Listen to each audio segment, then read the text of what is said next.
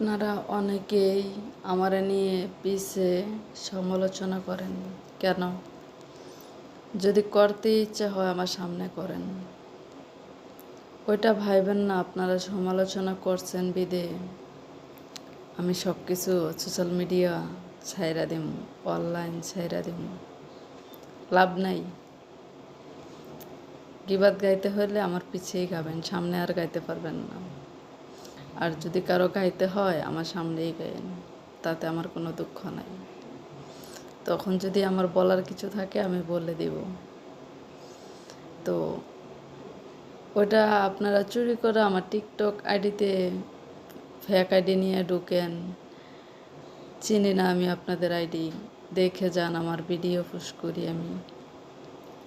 ফেসবুকে চুপ করে এক আইডি ব্লক করলে আরেক আইডি নিয়ে ঢুকে ভিডিও দেখেন, দেখে বাড়িতে বলেন যে ও ভিডিও ছাড়ে আপনাদের বউ। স্বাভাবিক বলতেই পারেন, ওটা নিয়ে আমার কোনো মাইন্ডেড নেই।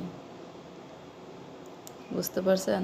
এটা যার মাইন্ড যেমন, আপনাদের মাইন্ড যেমন, ওই মাইন্ডটা আমার নাই। আমি সোশ্যাল মিডিয়াতে আসছি তখন থেকে আমি কারোর দ্বিধাবাদ করি নাই। আজকে প্রবাস লাইফে আসছি যখন, এটাও আমি কাউকে বইলা আসি নাই। কারো অনুমতি নিয়ে আমি চলাটা পছন্দ করি না। যখন যেটা খারাপ হবে সেটা আমার শ্বশুর শাশুড়ি, আমার হাজব্যান্ড যখন বলবে যে এটা খারাপ, এই কাজটা করিও না, আলহামদুলিল্লাহ, তখন এই কাজটা করব না। আগে শ্বশুর শাশুড়ি, মা বাবা, হাজব্যান্ড, এই পাঁচজনে যেই কথাটা বলবে সেম কথাটাই রাখবো। আর মানুষে কে কি বললো ওইটা আমার রাখার কোনো প্রশ্ন আসে না। আর মানুষের কথা আমার কানে নেওয়ারও কোনো প্রশ্ন আসে না। অনেকে তো অনেক কথা বলবে। আজকে যদি আমি না খাইয়া থাকি, আমারে কেউ দিব 1 কেজি চাউল 10 টাকা? না, দিবে না।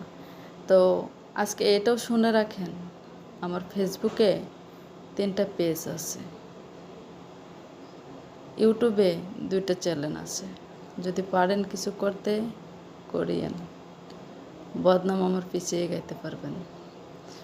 একটা জিনিস সবসময় ভাববেন, কারো পিছনে কারো বদনাম না গায়া দেখি আমরা নিজেরাও কিছু করতে পারি কিনা, এটা করার চেষ্টা করবেন। বুঝছেন? বদনাম গাওয়ার চেষ্টা করবেন না।